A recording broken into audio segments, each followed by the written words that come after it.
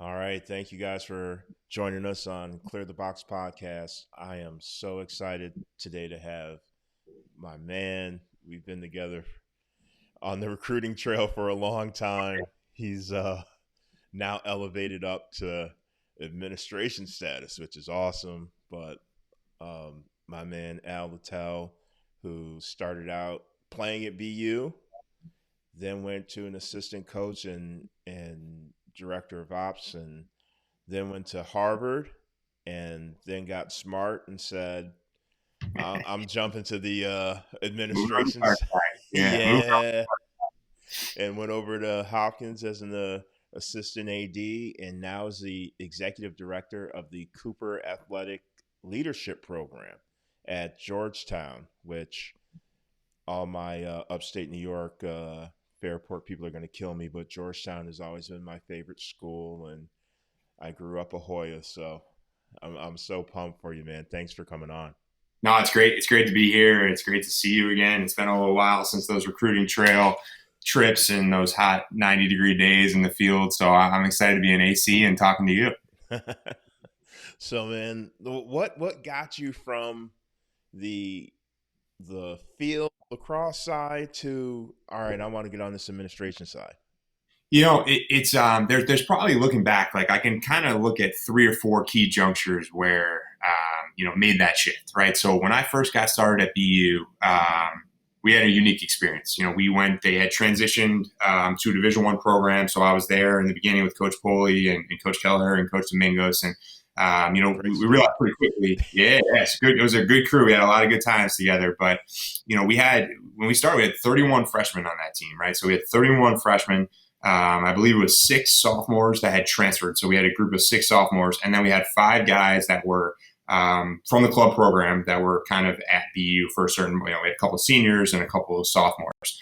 And you realize really quickly that, the throwing and catching stuff and the X's and O's, that stuff's the easy stuff, how to wrangle, 31 first-year student athletes in a city school. And so that was really out of necessity, right? We really had to focus on kind of culture work and, teaching these young boys at 18 years old, even though they look like men, how to become men, right? And so that was where a lot of my focus came in. It was an area I had gone to grad school for education, and it was that developmental kind of piece was something I was always passionate about. But I still had that burning desire to coach, and you get a lot of that with coaching by all means. But it kind of fell on me a little bit there because we had so many things going on. We were building alumni networks, and we were trying to figure out how to compete with these schools that were established in the Patriot League specifically that were really doing a good job of getting kids jobs out of college. And that was a huge sell. That's a huge sell in lacrosse in general, right? With not that 4 years, but the next 45, 50 years. So that started there. And I think the passion started there. And I really took a liking to that. And then when I went over to Harvard, same thing, Coach Wojcik and I had some conversations, Coach Toomey as well, about kind of where our needs were in that program. And, we kind of decided to develop a leadership and culture curriculum. So I was able to kind of take ownership of that, which was a lot of fun. And there were definitely some points throughout that year. We did something every Thursday, fall and spring. So even in season. And then, you look at Thursday, you're starting to finalize that game plan Friday and the scout and all of that stuff. And, I realized my energy and my passion was probably more focused on that development of our athletes than it was necessarily putting together a scouting report. And that's where the wheels really started clicking for me. And, and then after my second year at Harvard, we went through a coaching change, and this was probably the most clear-cut kind of way to send me on my path. But when Coach Byrne came on and he brought in his assistants and he wanted to keep me there back in the operations role, he asked me to do a little exercise, which I am very grateful for him to do this. And he basically said, listen, the ops job, you've done it at BU, you've done it at Harvard, and you know what you have to do. You're going to do the travel, you're going to do the meals and that stuff and the equipment. But, what can I do in this role that will allow you to kind of follow your passion interests, right? I know you like the student development stuff. So draft up a job description that you want me to give you, right? And what would that entail, and what does that look like? So as I was doing that, there just happened to be an assistant AD job at Johns Hopkins that looked eerily familiar to what I had put together. And, I had I had seen, this industry's hard, right? We know the industry's hard in coaching, and you have to climb that ladder, and sometimes that ladder moves and the target moves, and it's hard on families and things like that, right? So when that happened, I was thinking, okay, well, as an ops guy, when I was interviewing for coaching jobs, I would often hear like, well, you're more of an administrator and not a coaching. You run the side of a ball. You haven't run the offense. You haven't run a defense. But then when I was interviewing for administration jobs and looking at those type of jobs, they looked at me more of a coach and said, well, you've never been an administrator, right? So a position that initially I really thought was like, one foot in each bucket really felt like it was neither feet in a bucket. So I knew at that time, it was a really, I didn't know what was going to come after that, but it was a really key juncture for me in terms of, if I'm going to do this, I need to make this move. And, I've had a lot of mentors along the way. I think back to our athletic director at Boston University that he sat me down and he had that conversation, a really hard conversation of, listen, if you want to coach, let's go do that. And if you want to be an administrator, let's go do that and we'll help you. But you need to make that decision. You can't kind of sit in that purgatory there. So, I listened to him a little bit and I got the coaching thing out of my system a little bit. And, you saw the dark side, right? You saw, families having to get uprooted and things like that. And I realized over that summer, while we were going through the coaching transition, that maybe I was able to kind of think a little bit more clearly. So we made the move down to Baltimore and then a lot changed, obviously, for everyone. I moved down January 2020 and, by March, we were all working at home and you had some more time to kind of really reflect on where your passion area is and what your interest is. And, I think I'm able to take the things I love about coaching, the relationship development of student athletes and still utilize that in my job, but I don't recruit, so I have my summers and I have it's athletics. So it's never a 9 to 5. We all know that there's weekends and nights and mornings, especially when I'm in a student facing role. And I have to meet the students where they are, but provided the hope was to provide a little bit more stability there and really learn the ropes. So that's how I ended up here. Oh man, so many ways I can go off of that. I had like 5 different things pop into my head. One thing that really stood out, well, a couple things, but one thing, it reminds me of a conversation when I kind of first started that I had with Ryan Wellner, who's now at Notre Dame, and he was at Navy at the time. And he told me I was doing strength conditioning and coaching, and he said, hey, no one's going to believe you're a coach if you're doing strength conditioning. Right. You gotta choose one. Which one do you want to do? And he goes, if you're going to coach, no more strength conditioning. And that was, once I did that changed everything, right? Yeah, It does. It took me off. And then a little bit about like, just, I've been having these conversations with some young coaches about, and you said it, the X's and O's are easy, but how to run a program. Yeah. If you can, X's and O's, all that stuff, right? Right. Up tempo, slow, 1-4 pairs, all that. But can you run an organization in a program? Right. And I was really lucky there. And I look back to, I didn't spend a lot of time with Coach Byrne, but with Coach Wojcik and Coach Poli, they were really good about kind of knowing where their strengths were in terms of that program management, and also maybe where they could use that assistance and let you run with that, right? So I had a firsthand look, especially at BU, of like, going from 0 to 60 real fast, and all of the little things and all the little details that it really takes to be that successful. So, I had a unique experience for sure, but it's stuff that I still pull out of the toolkit all the time now. All right, so now you go down to Hopkins, you're in the athletic director role, and now you go from having to deal with one program to a bunch of different programs and oversight of that, and managing egos of not only coaches, but now you have to help players, and you have to deal with the campus life and politics. How was that, and how'd you adjust to that? Talk to me about that.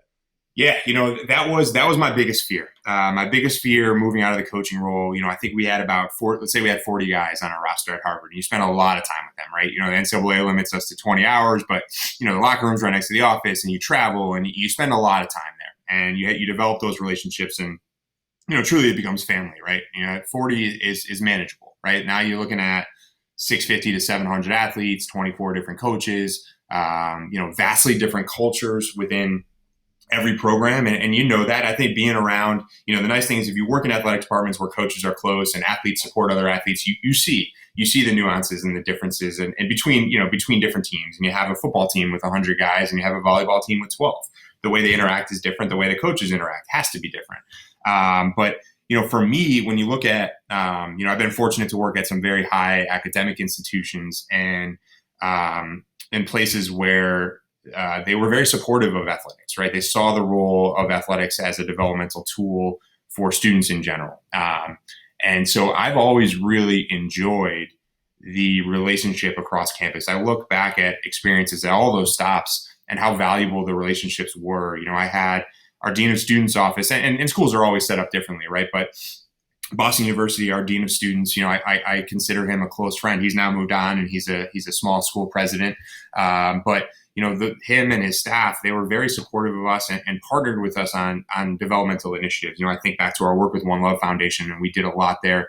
And a lot of that came, hand in hand with the Dean of Students office. And he was a supporter of the program and was walking step by step with our athletes there. And went over to Harvard. And again, there were some great people in that type of office that were really helpful. Katie O'Dare was our Dean of Students there, and she was fantastic. And she had started, I actually met her through a One Love workshop when she was at a different institution and I was at BU, and we both started at Harvard at the same time.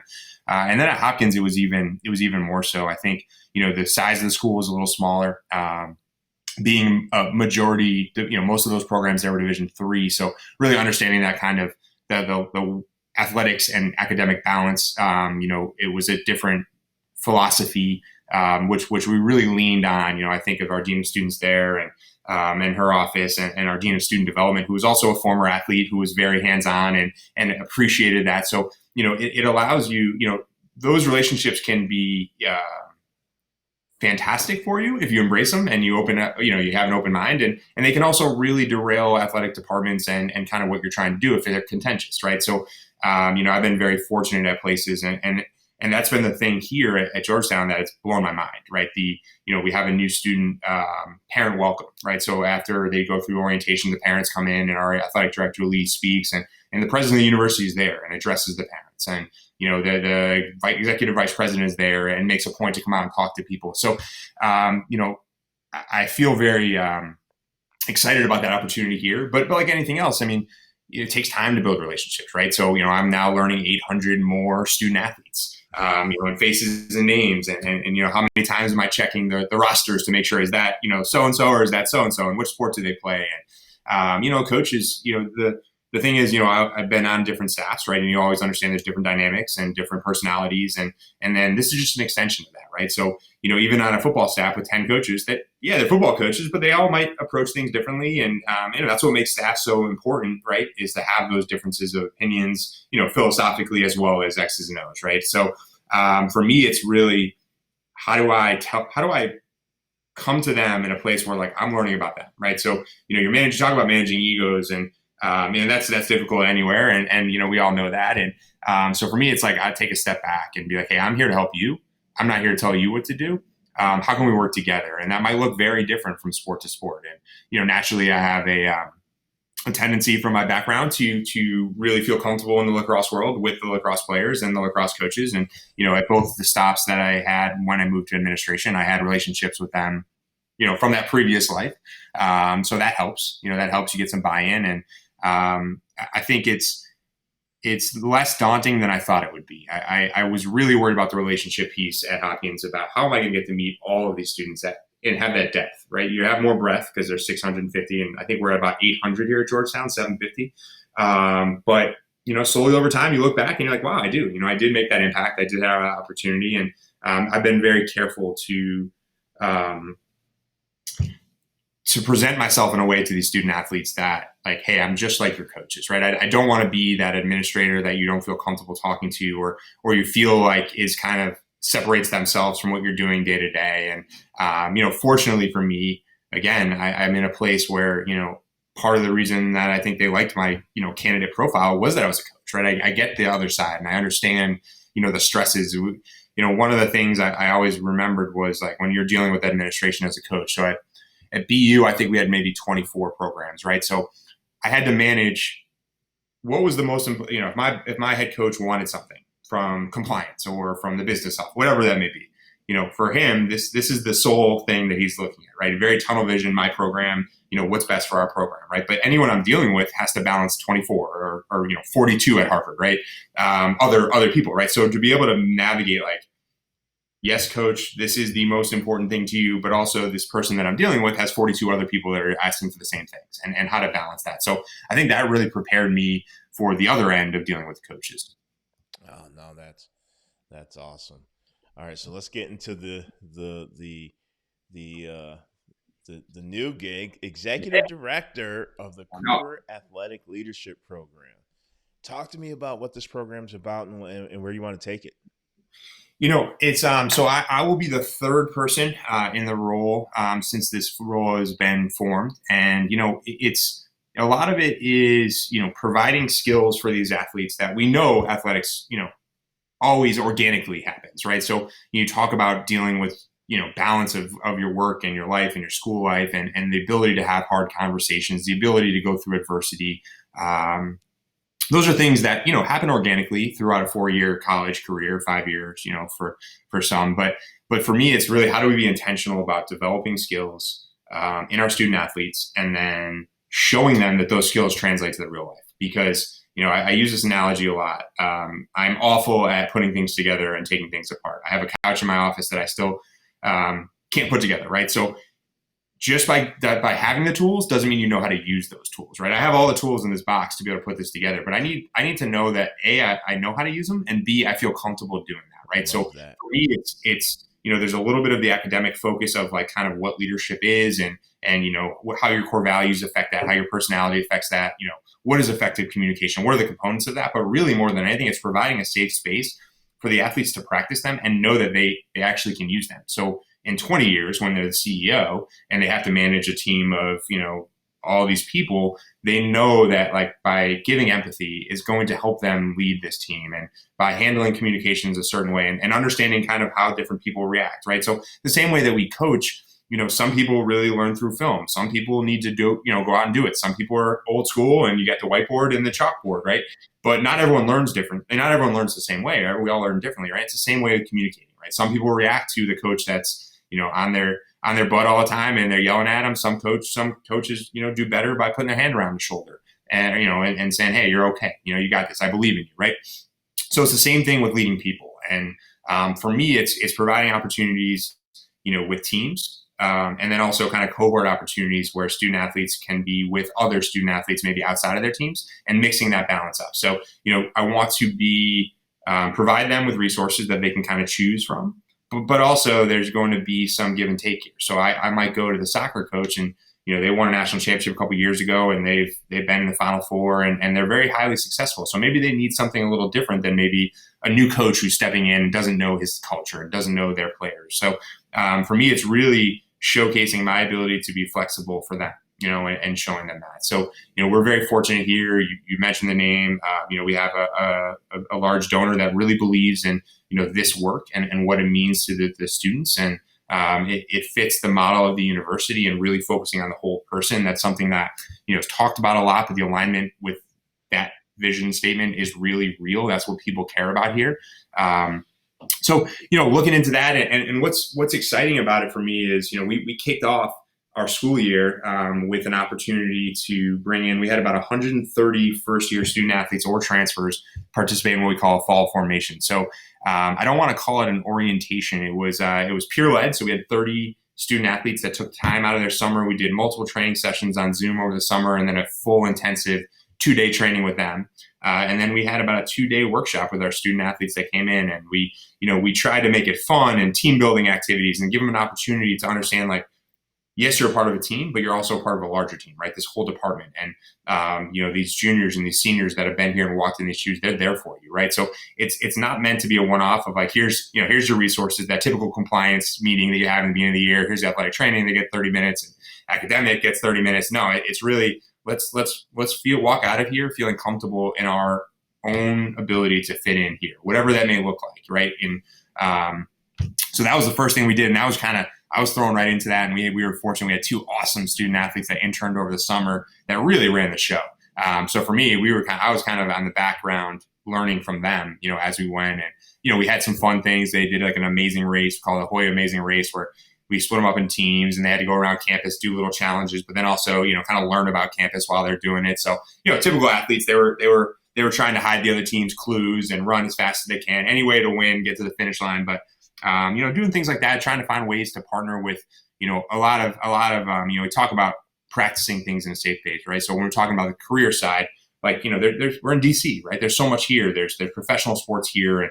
And, how do we partner with them to maybe do some things that are really transformational for our student athletes? So when they leave, they feel, again, like I've done it. I know what I'm doing and I feel comfortable doing it, and send them up because, everywhere I've been, these students are the future leaders of what the world that we're going to be living in. So for me, I feel that every day of like, hey, if we do this right, we're going to make a huge impact. And it's not just the 800 that are here; it's the 1,000 that each one of those 800 are going to impact for the next 40 years. And that's really cool because it's exponential, right? It just always grows. They're never going to lose the lessons they learned here. And so I'm coming in with an open mind, right? I have some things I've done before that I like, and some things maybe I wanted to do, but for whatever reason, limitations, I couldn't do. So we're going to try some of that. But also the people that have been here before were fantastic, and they have a lot of things in place. So for me, I'm really trying to live in that role of showing them that these skills are transferable. I think that's where people miss, because you might be able to be comfortable as a senior talking to a freshman about, this is not how we do things and this is not how we practice.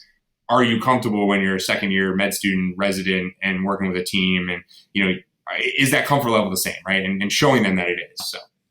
No, that makes me. I had a conversation 2 nights ago with one of my former players when I was at Colby, and he's doing really well. And he said, "Coach, it's amazing." He's like, "When I own a company, I just want to work with athletes." Right. And I was like, "Well, why?" And he goes, "Because athletes understand how to work as a team, and it's not just your section. Sometimes you have to do extra stuff to help out a teammate. Sometimes you have to do," and he's succeeding really well where he's at. I'm not But surprised. but there's some places where he's like this group over here, they're not, or this person here, they're not working, or they're just coasting, and we need to get this done, so I have to do it. Like, he gets it. Like, the Yeah. whole company suffers if something doesn't get done, and that's what athletics teaches.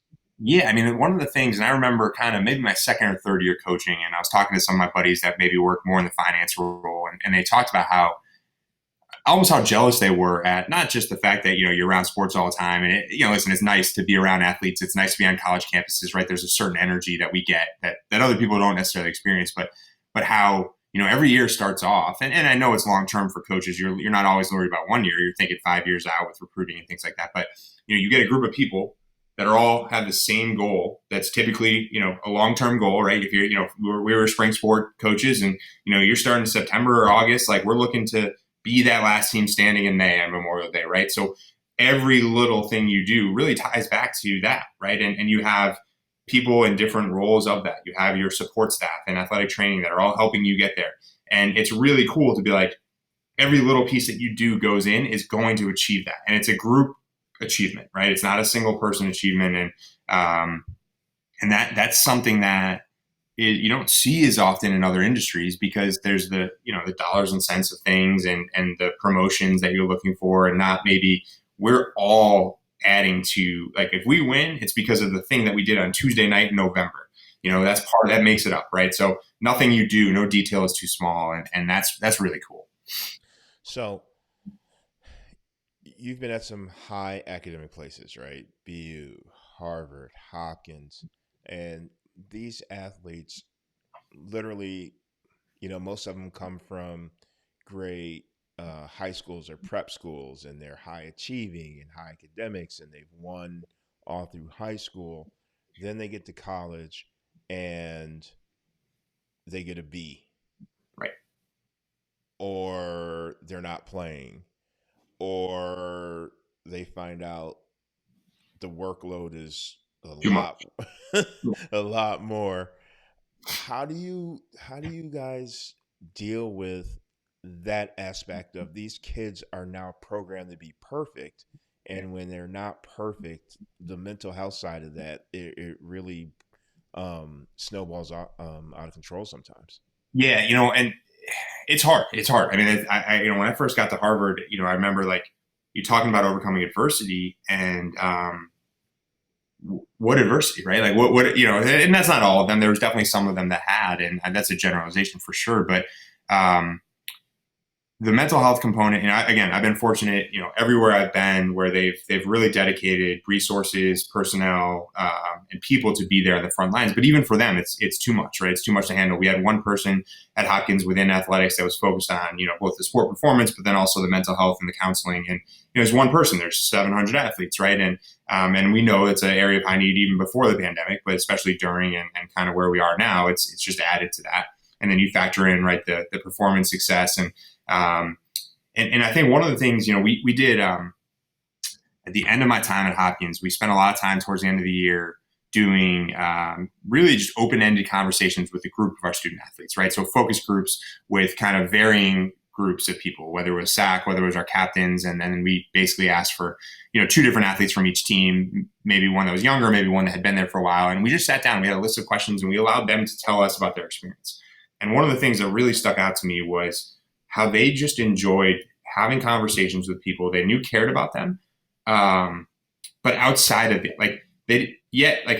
how are you doing today? Not like, did you win last night? Or like, how are your midterms shaping up? But like, how are you, right? And being able to have those conversations and approach them, because at the end of the day, we know this no matter if you're an Olympian and you're a professional athlete all the way down to someone playing, you're more than just the athlete, right? You're more than what appears there. And as a person, you feel that way, right? And I think sometimes made it so hard for us coaches was sometimes it was hard to think of any other identity besides being that coach, because it is a 24/7 job. And I struggle with that a lot when I was coaching, of like, when it was taken away from me, who am I, right? Like, this is what I am. This is what I do. This is so just to be able to have those conversations. And so for me, I'm trying to, again, like the relationship piece will come in time, but just make if they come in and talk, how are you doing? Like, what was your summer like? What did you do for fun? Like, what is not, did you train? Did you do this extra conditioning? Just being able to do that. And I think that takes a lot of people to do. And you still need the actual clinical support and the professionals to do that.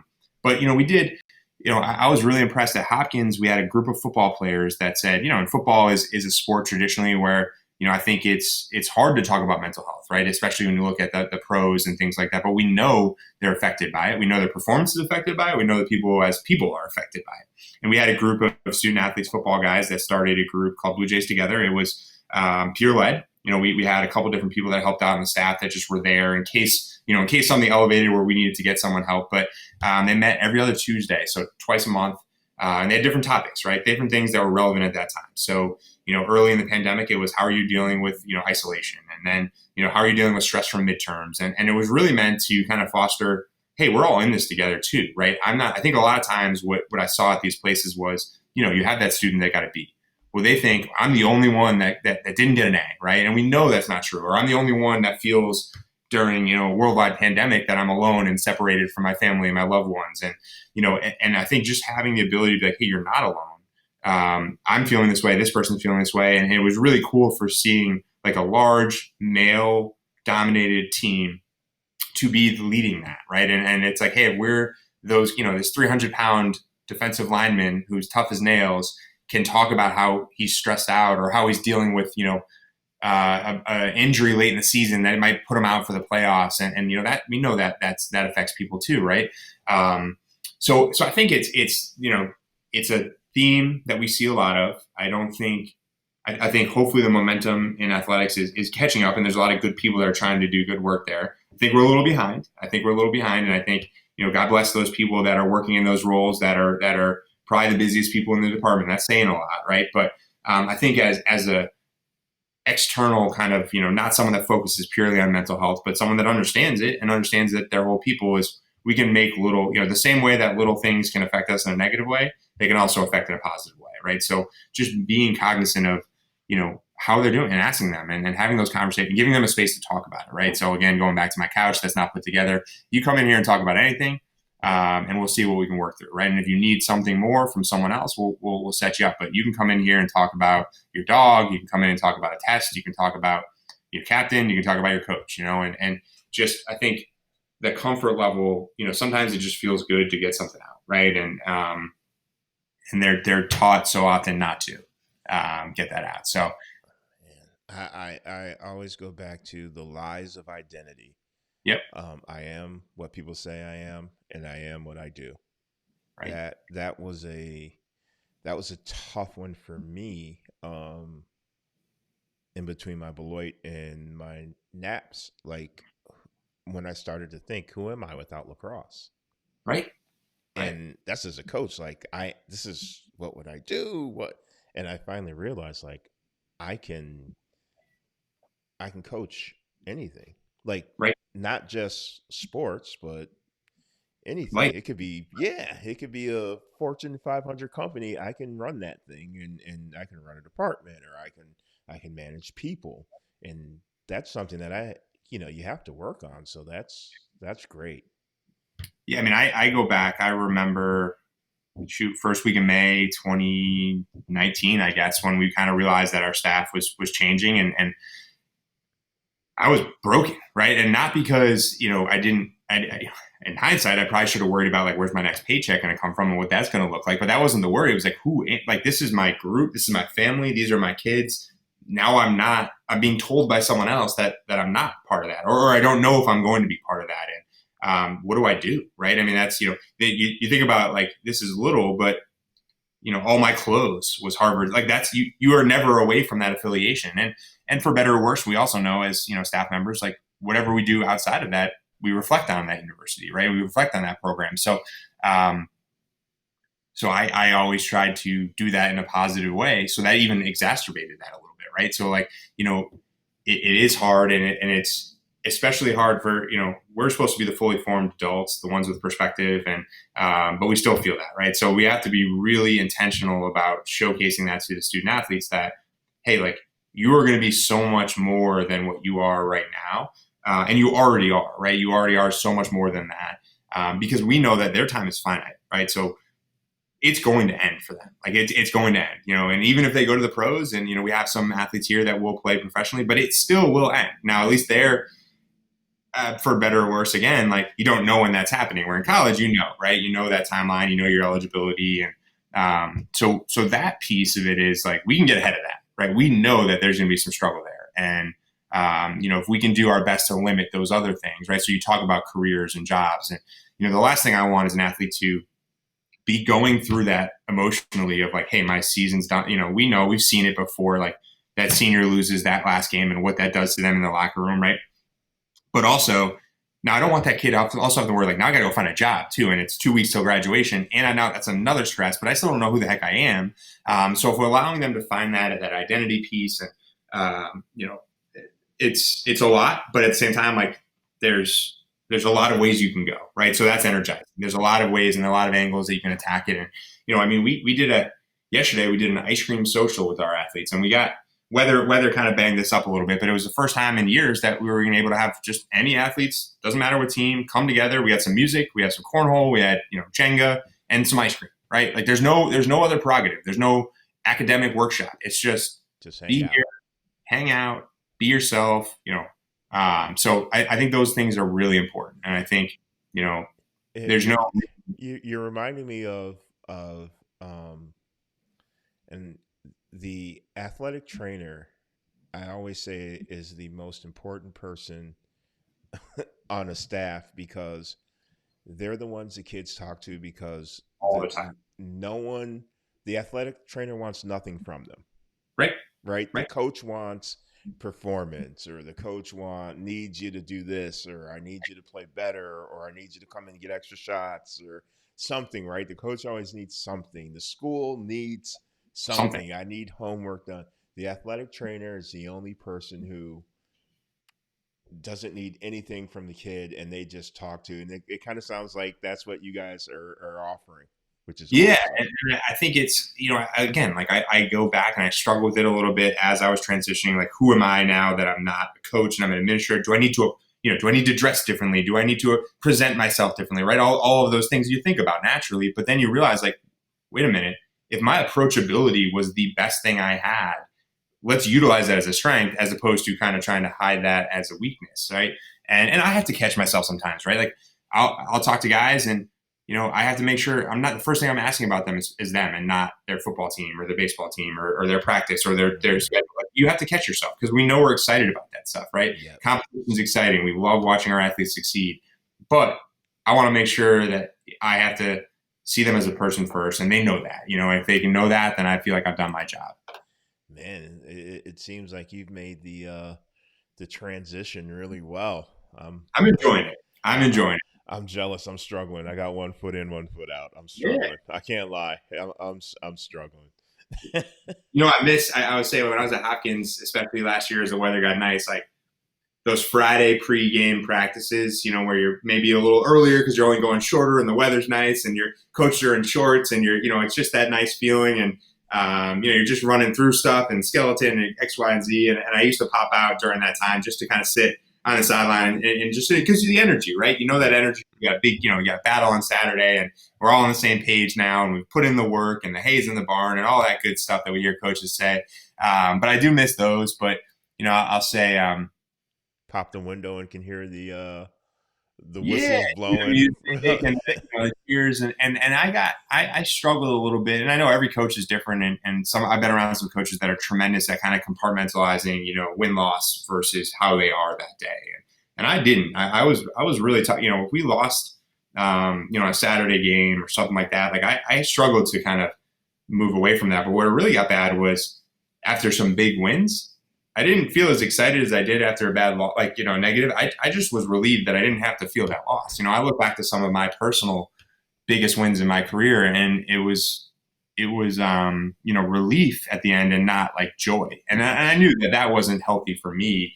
And now, I want our teams to win just as badly, but there's also a little bit of like, well, I can still go home and then just be on to the next team and the next team. And that's not to say that we don't want them to win, because it sucks when they lose, especially when you start developing those relationships, right? Because it's all about the kids. They're going through it worse than we are, right? And you learn that as a coach too. Like, I can be hard on a kid for messing up, but I'm sure he's harder on himself right now. He didn't want to mess up, right?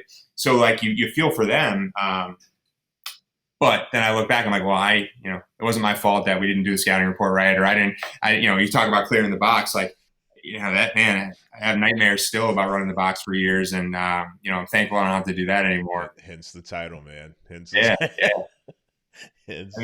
Talk about anxiety and stress, and just sometimes I felt like I played a full game just because you're always on, and it's so much moving and shaking. And oh yeah, well, that's a little bit about it, right? If your box is organized, you usually can do some good stuff. And you see the game like no one else, right? You see the game like no one else. You see one step ahead. You have to be 2 steps ahead sometimes. You just never see the goals.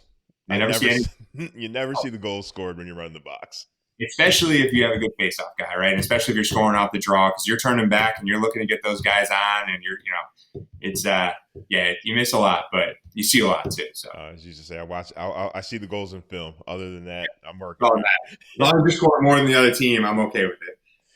All right, so talk to me about, man, this beautiful John Thompson Jr. Athletic Center, which, like I said, I'm a Hoya through and through, so this thing is beautiful. It's impressive. It's really impressive. I mean, I think that was, I was really excited about the opportunity for this role for a lot of reasons and the interview process, but you can't lie and say when I walked in here, I was like, wow, this could be really nice, right? They show me the office. They show us the space that we have. And, I think I just recently saw, and I still haven't seen our men's basketball practice facility, but I've seen our women's, and it's kind of cool the way it's set up, because they're, it's a large gym, but they start on the basement floor and it goes up, their offices are on the second floor. So it's kind of, and it's the way, it's just really, really impressive and fantastic. I hear our strength coaches, though I'm still getting to meet, talk about kind of the setup they had before. So we have our strength and conditioning in here. And, but to me, the biggest thing is, like, we talk about cura personalis, which is the whole person, right? And that's the university motto. And that's really important here in athletics.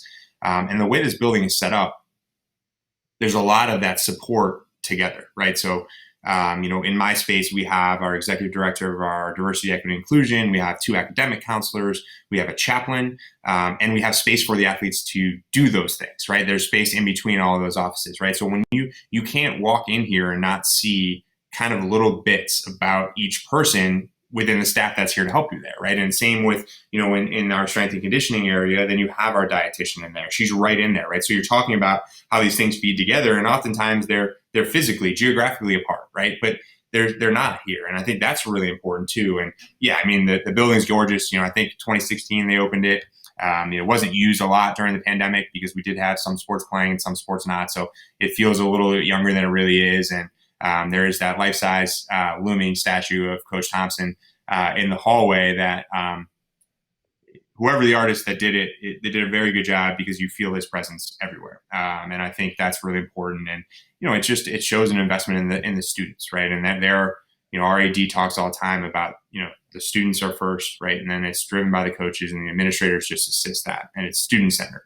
And you see that here, right? You can talk that and say that, but then when you give them something that shows them that, right?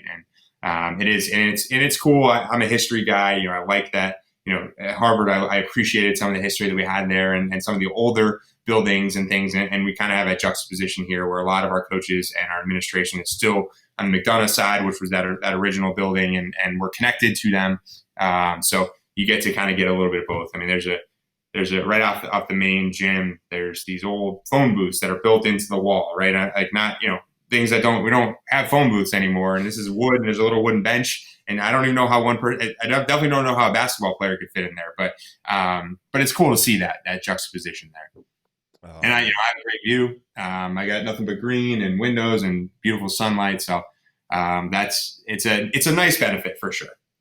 You still popping in Coach Warren's office, trying to get a I little. do, yeah. Well, so first and foremost, I hope they don't hear this and get mad at me, but I'm still trying to get some gear. I'm trying to get some gear from them. I could use some of that, but no, I popped in a couple times. They've been really welcoming. It's always nice to have familiar faces there, and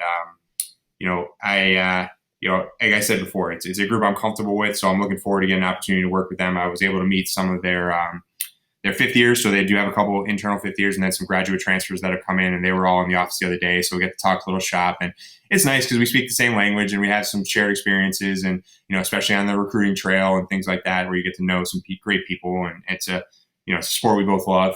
There's flaws in every sport, and we know that, but the people are great, and I think that's really important. And I'm excited. Like when I was at Hopkins, I loved spending time with Coach Milliman and his staff and those players, and it's nice. I still don't get the butterflies in the morning before a game, which is nice because I can eat a breakfast and not feel like I'm going to get sick. But at the same time, I like being around that and feeling that energy, and seeing things maybe a little differently than other people because you're looking for something.